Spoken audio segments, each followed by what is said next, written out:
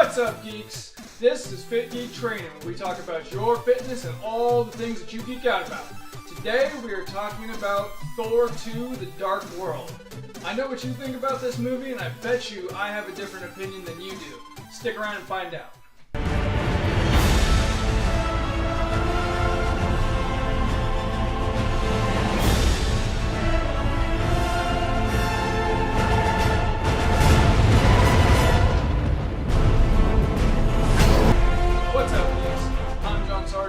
This is Fit Geek Training. We are continuing our MCU movie reviews. We're going all the way to Avengers Infinity War. We're going one at a time, and today we're talking about Thor 2: The Dark World.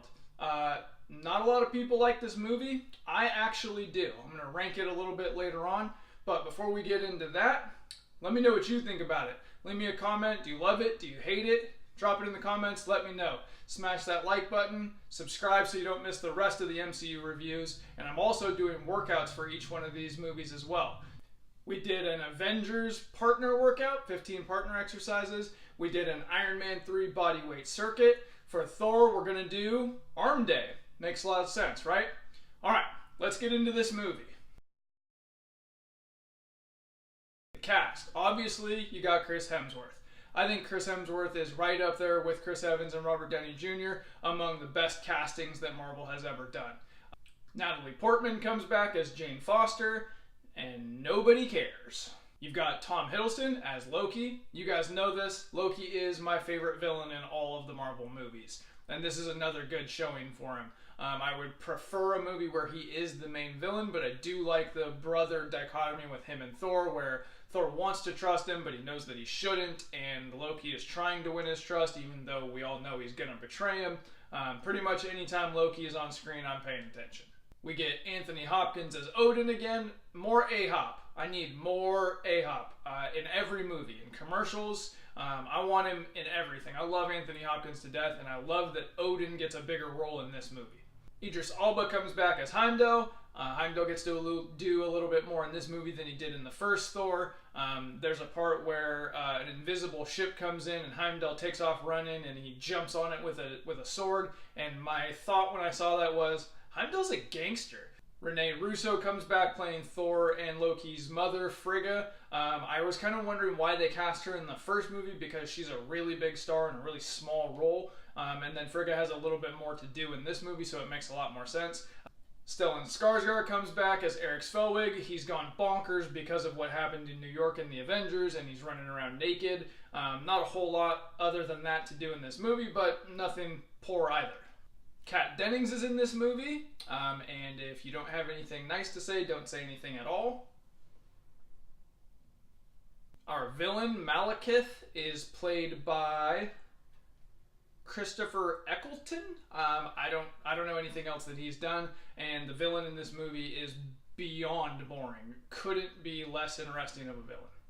Then you've got Sif in the Warriors 3. You've got Sif, that's played by Jamie Alexander. You've got Hogun, that's played by Tanabu Asano. That's Hogan, not to be confused with Hogan. It's like they see a ghost, man. They can't believe how big the pythons are, brother. That's a different person. Fandral, played by Zachary Levi. And you've got Ray Stevens, who plays Volstagg. They get a much bigger role in this one than they did in the first movie. A lot more to do. I would actually like to see maybe like a TV show just about the four of them. So the movie starts millennia ago, long time ago, and Thor's papa, Thor's grandpa, is doing what the Odinson boys do, and he's taking things that don't belong to him, and he is taking a weapon called the Ether from the Dark Elves. The Dark Elves sort of look like the vampires from Blade 2 mixed with George Washington. They have this weapon. It's called the Ether. It actually ends up being one of the Infinity Stones. We'll get to that a little bit later. And Thor's grandpa Bor steals it from them. Then we catch up with current day in Asgard, and we see Loki, who is being imprisoned by Odin for what he did to New York in the Avengers. And he's like, yo, I'm just trying to rule a world just like you did. And Odin's like, you went about it all wrong. You're going to the clink, son. Don't drop the soap. Then we catch up with Thor. He's in Vanaheim, and that is Hogan's home realm. And he is trying to save them from rock giants. He handles that pretty easily. In the meantime, all the 9 realms have needed Thor's attention over this 2-year period, and because the Bifrost needs to get fixed. Apparently, construction on Asgard takes just as long there as it does here. So it took 2 years, but now the Rainbow Bridge is back up and running. I think the toll is up to like $8 or $9 now. While this is going on, there's something called the convergence, and that means that all 9 realms are aligning, and all the basic girls who are in Asgard are talking about, oh, I spilled my coffee today because the realms are aligning. It's kind of like when Mercury is in retrograde here. In London, Darcy and Jane discover a portal that they're not sure what it is, but it's one of the portals, and it's kind of causing gravity to behave weirdly, and Jane kind of goes through it. She ends up in another dimension, and she has the ether infected into her, and she passes out. When that happens, Heimdall loses sight of her, and he tells Thor, yo, your girlfriend disappeared, and now Thor wants to go see her, so he takes a lightning bolt down to Earth. He gets slapped a couple of times, and he realizes that Jane has been infected, so he takes her back to Asgard. And he's having her go through the Asgardian physical, and Odin notices what's going on. He knows that this is a big deal, and he knows that it ain't good. When Jane was infected by the ether, it woke up Malekith. I'm going to call him Mitchell from now on. When you hear me say Mitchell, I'm talking about the vampire elf. He wakes up when the ether infects Jane, and he takes a rock and he stabs his homie and he puts it in his stomach, and he turns his homie into a monster. And his name is Cursed. And it's so cool. He's on par with the Destroyer as far as just like scary, cool monsters in the Thor movies. He sends Cursed to Asgard to find Jane and kill her, or do whatever he's got to do to take the ether from her, because Mitchell needs the ether to free the Dark Elves so that they can rule the realms. When the Cursed finds Jane, she's being protected by Frigga, Thor and Loki's mom, and she gives up her life to save Jane and to save the ether. Pretty sad stuff. Thor comes in right when she dies, and he chases them off, so they leave without the ether. And then they hold a really cool Viking funeral where a boat's about to go over the waterfall, but it floats off, and then Odin fires a flaming arrow into it, and it just sort of fades into the space. Really, really cool, beautiful looking scene. Spoiler alerts for Thor Ragnarok, a lot sadder when Frigga dies than it is when Odin dies in Thor Ragnarok, which seems to not matter in that movie. But Frigga gets a really cool Viking funeral. Obviously, Thor is wicked pissed that his mom died and that Mitch killed her, and he wants to go after him. And Odin's like, no, they don't have the ether, and they left. This is fine. And Thor, being Thor, doesn't listen to his dad, as he always doesn't listen to his dad, and he grounds up his homies. He gets Sif in the Warriors 3, and he even busts Loki out of prison because he needs Loki to get him off of Asgard without taking the Bifrost. And they go to Utah, maybe, or New Mexico, some sort of desert in space, and they find Mitch, and the plan is that they're going to have Loki pretend to attack Thor, and when he does that, Mitch tries to kill them, and he pulls the ether out of Jane, and Thor blasts it with lightning to destroy it, but it doesn't destroy it. And now Mitch is the true Dark Elf because he has the ether, and he is going to align the realms, and he's going to release all the other George Washington vampires. Once the ether is pulled out of Jane, she is no longer useful to the story. She doesn't need to be there. Of course she is there, but really it's unnecessary. Then the cursed monster guy fights Loki and kills Loki, seemingly, as... Again, spoilers, he's not actually dead, but Thor believes him to be dead.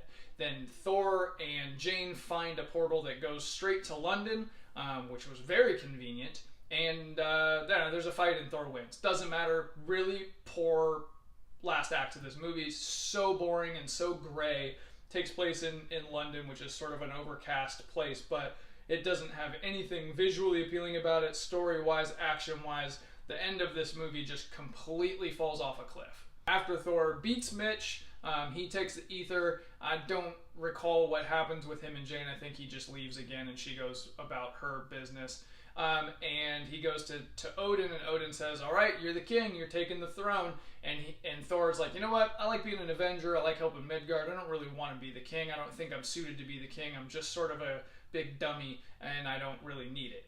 And Odin's like, all right, that's fine. And Thor walks away, and then we realize that he was actually talking to Loki pretending to be Odin, and we don't know where Odin is, but as far as everybody knows, Loki is actually ruling Asgard right now as Odin.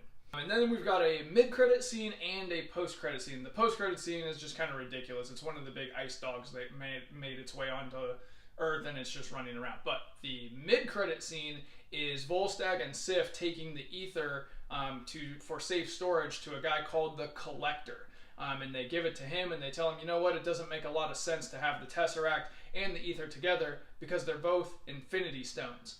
And this is the first time that the Infinity Stones are mentioned. If you've read the comics and you know about the Infinity Stones, when I heard that, I flipped my lid, because then I know that Thanos is here, and now I know that there's Infinity Stones, so this has all been heading towards the Infinity Gauntlet. As we know, Avengers Infinity War is coming out, and I could not be more excited for a movie. This is also the scene where we get to see the Collector for the first time. I had thought that Guardians of the Galaxy was the first time we saw him, but it's actually in the post-credit for this movie, and we also learn he is trying to put all of the Infinity Stones together as well. Ranking. Okay, this week it's a little more complicated than usual. I'm going to be honest with you, not a huge fan of this movie. This is my number 16 out of 17. However, Hulk is the number 17, but the distance between Thor 2 and Hulk is pretty great. This movie is significantly better than Hulk.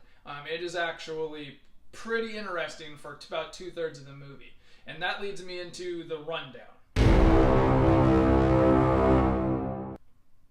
The rundown is my bold thought for these movies each week, the thing that I would argue when talking about it with somebody. And for this movie, I would tell people that the first 2/3 of this movie is better than the first Thor. And I mean that. I think that it's Asgard looks better, Thor looks way better, Jane's role is reduced, the dilemma is greater, the villain isn't even close to as good, Loki is the best villain in all of Marvel, and Mitch is the worst villain in all of the Marvel movies. However, the first 2/3 is really, really compelling, a really good movie. The last third of the movie could not be more boring. There's not a 20 or 30 minute section of any other MCU movie that is less interesting.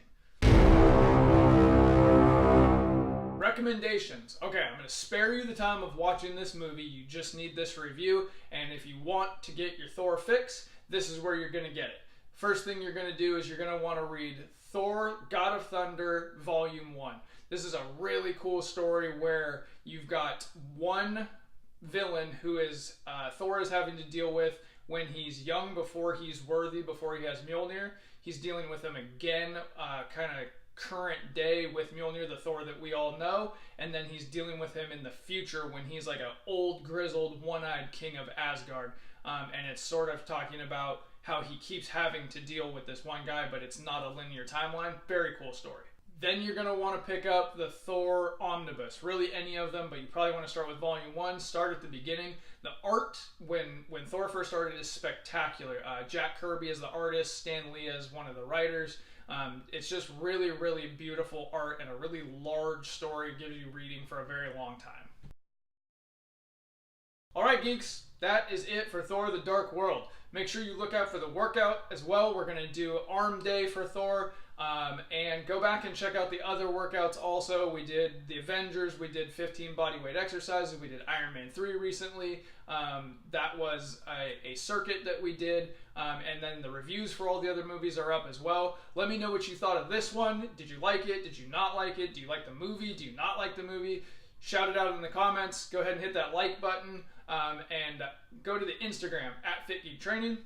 I make workouts for people, you guys. I do programs. I can do 3 months, I can do 6 months. If that's what you're looking for, I can help you out. Go to the website, fitgeektraining.com, and I will see you guys next week. Game over.